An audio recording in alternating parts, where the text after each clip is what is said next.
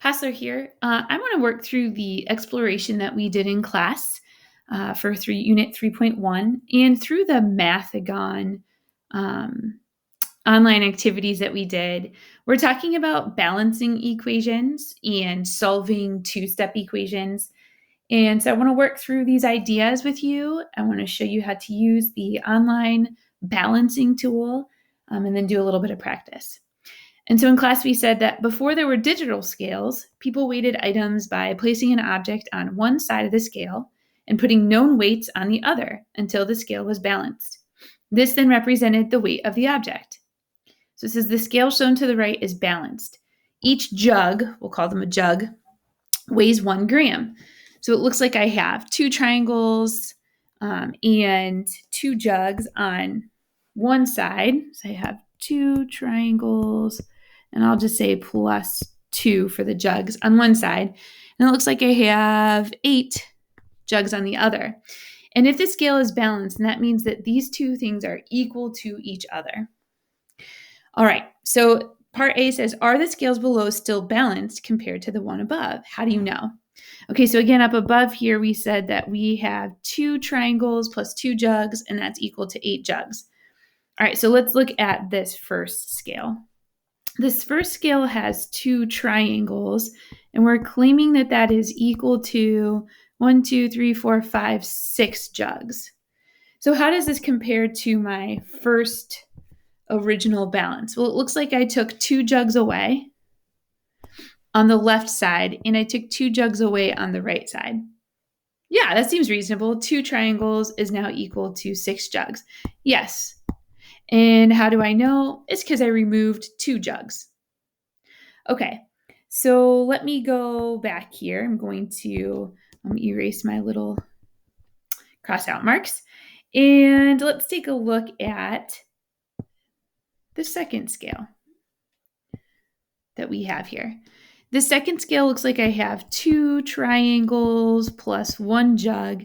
And remember, this scale is balanced. So it means I'm going to be equal to, all right, over here I have 1 triangle and 4 jugs. Okay.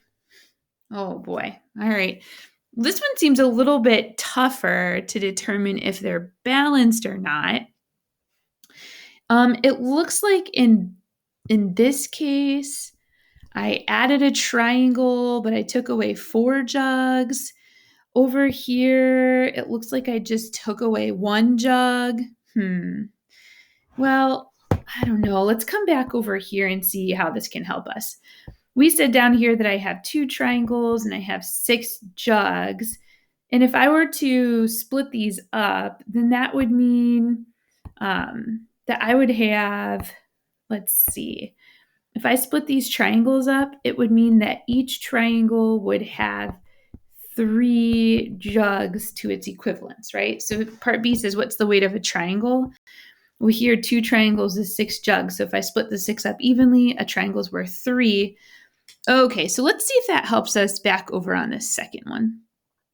On the second one, if I have 2 triangles, that means that I would have 3 jugs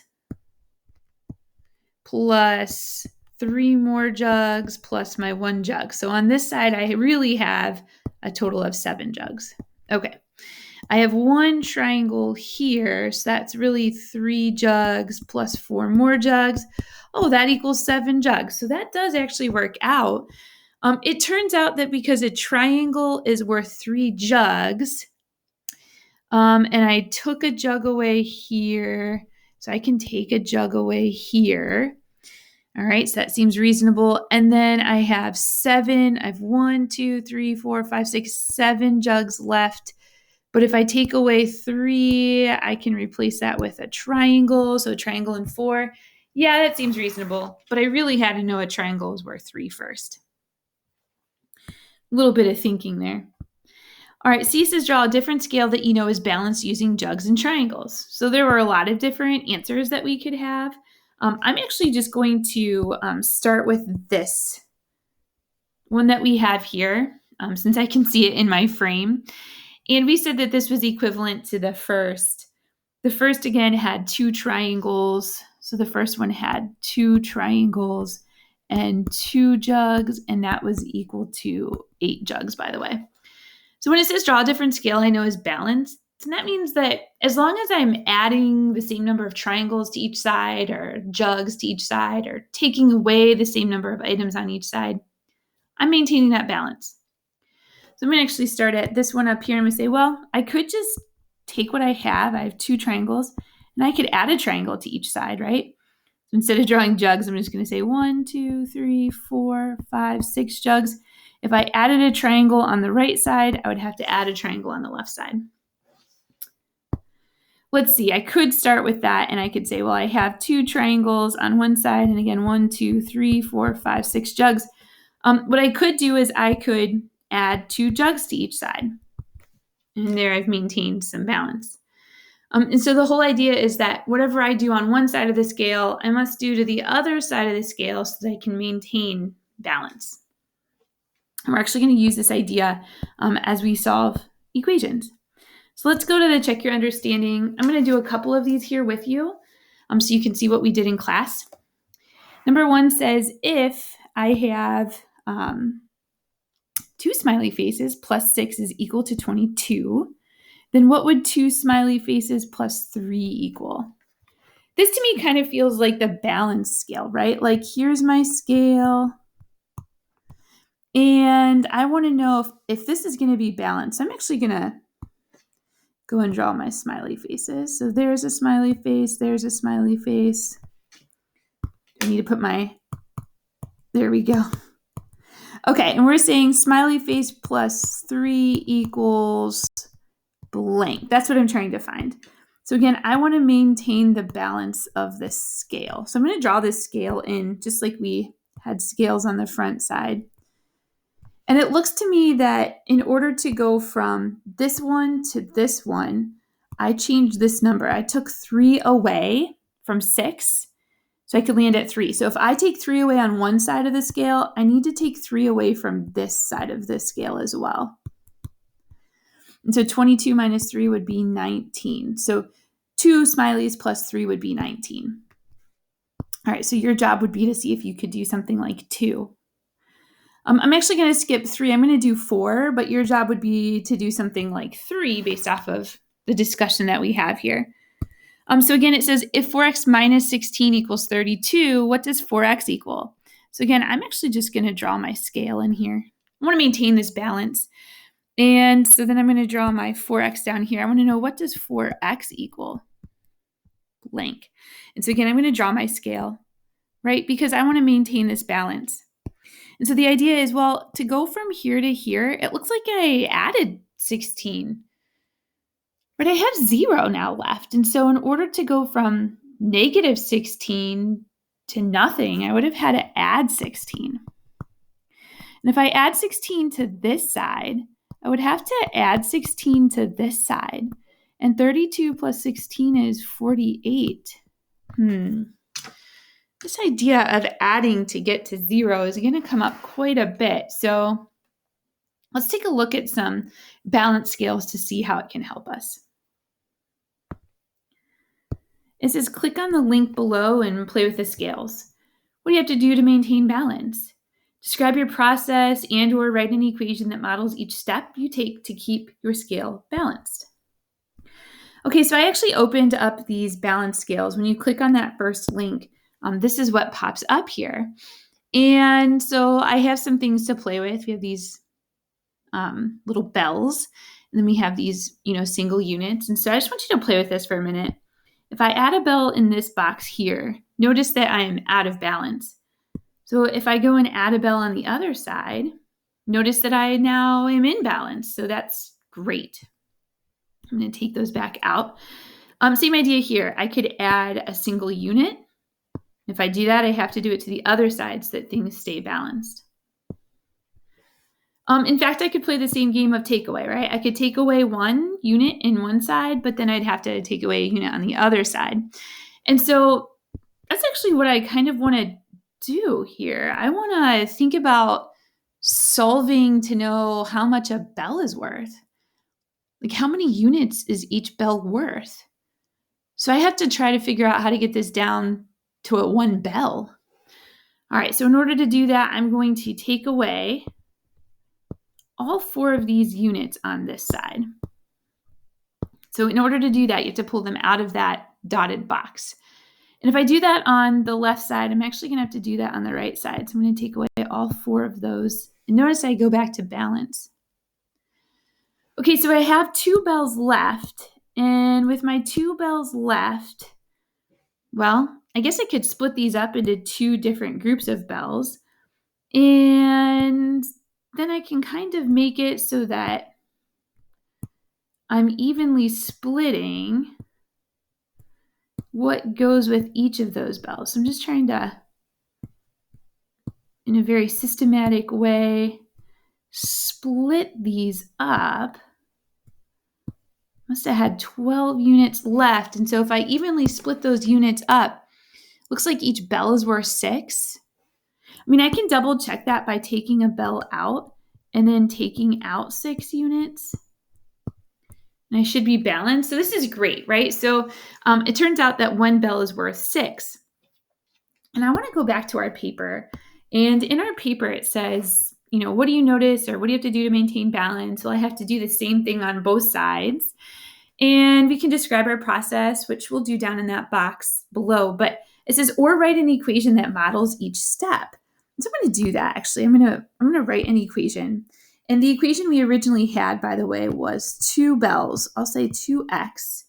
And then we had 4 units. And that was equal to 16 units on the other side. And then actually what I'm going to do is I'm going to draw that scale in like we had on the front side, or like what was on that MATHIGON, right? I have this scale in my MATHIGON. And we said that in order to start solving, we took away 4, I'm going to say minus 4. We took away 4 little square units on each side. And after we did that, we had 2 bells left. So I'll say 2x equals 12. And then what we did is we split those 2 bells up and we divided evenly the 12. So we really divided the bells into 2 and we divided the rectangles or the little squares into 2 groups. And when we did that, we found out that each bell was worth 6. And so what we manipulated is actually what we are going to do to solve these equations. Okay. All right. So I want you to go and I want you to play with balance scale number 2. Okay. And I'm going to come in and I'm going to play with balance scale number 3.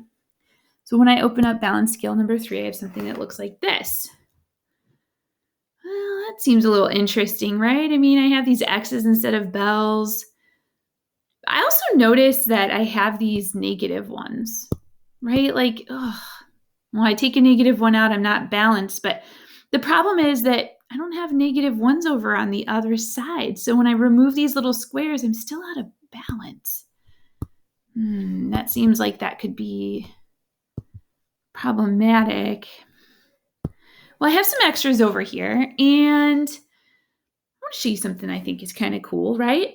If I think about it, I've got 1 positive 1 and a negative 1. And well, if I add these together, positive 1 and negative 1 together, I should get 0. So, let's see. I'm just going to drag the negative 1 over top. Oh my goodness. When I drag the negative 1 over top the little orange block of 1, it becomes 0, which is what I thought it should do. And so that means that in order to get rid of these negative 1s, I'm going to have to add 1 to it. Okay, so in order to get rid of this negative 1, I'm going to have to add 1 to it. And see, now I'm out of balance. So if I added 1 block to the left side, I better add 1 block to the right side. Oh, I'm in balance now. All right, well, let's do it again. So I'm going to add 1 to this side, which means I have to add 1 over here. I'm going to add 1 to this side. There we go. Which means that I'm going to add 1 over here. And I'm going to add 1 more to this side because I want that to become 0. I'm going to add 1 more over here. And I'm in balance. So to get rid of these negative 4 blocks, I had to add 4 positive blocks. And now I can actually do what we did before, right? It looks like I have It looks like I have 1, 2, 3, 4 of these. And so it looks like I have 1, 2, 3, 4, 5, 6, 7, 8, 9, 10, 11, 12. Oh, I have 12 of these and I have 4 X's. So I have 4 X's. I have 12 of these. And so if I divide these up into 4 groups, I would have 3 in each group. All right, so I can test this, right? I can test this. I can say, well, I want to test it. So I have one of those, and I'm going to test these.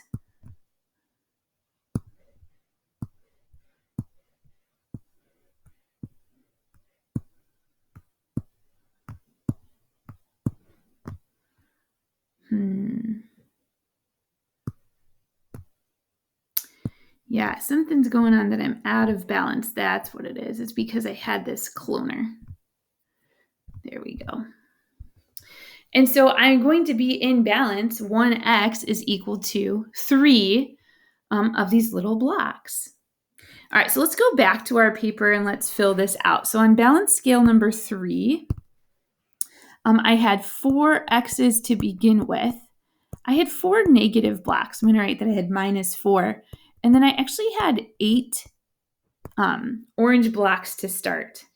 And again, I like to draw this little scale in as a reminder that I have to keep this scale balanced. And so in order to keep this scale balanced, I can't just take away these negative 4 blocks because I didn't have negative blocks on the other side to take away. What I actually had to do is I had to pair them up with 4 positive blocks. And so I'm going to add 4 positive blocks to the other side. Right, when I did these 4 positive blocks to the 4 negative blocks, they became 0. And all I had left was 4x. And because I added 4 blocks to the other side, I now had 12. And then we said, well, then I can take these 4 blocks and divide them up into 4 groups and divide the other side up into 4 groups. And if I do that, I get x equals 3. And it turned out that that was balanced. Okay, so again, you can go and play with balance scale number 4, but a couple of notes that I want to add in here that we have to eliminate terms on each side. So I'm going to say that to eliminate terms or items,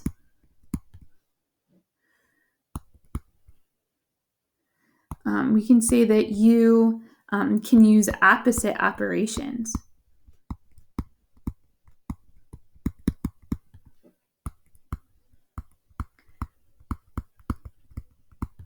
Those opposite operations are also called inverse operations. Right, take a look. I had a plus 4, so I had to do minus 4. I had a times 2, so I had to divide by 2. Over here, I had a minus 4, so I had a plus 4. I had a times 4, so I had to do a divide by 4. So I'm using these opposite operations. The other thing that we have to do is we have to maintain balance. So I'm going to say to maintain balance,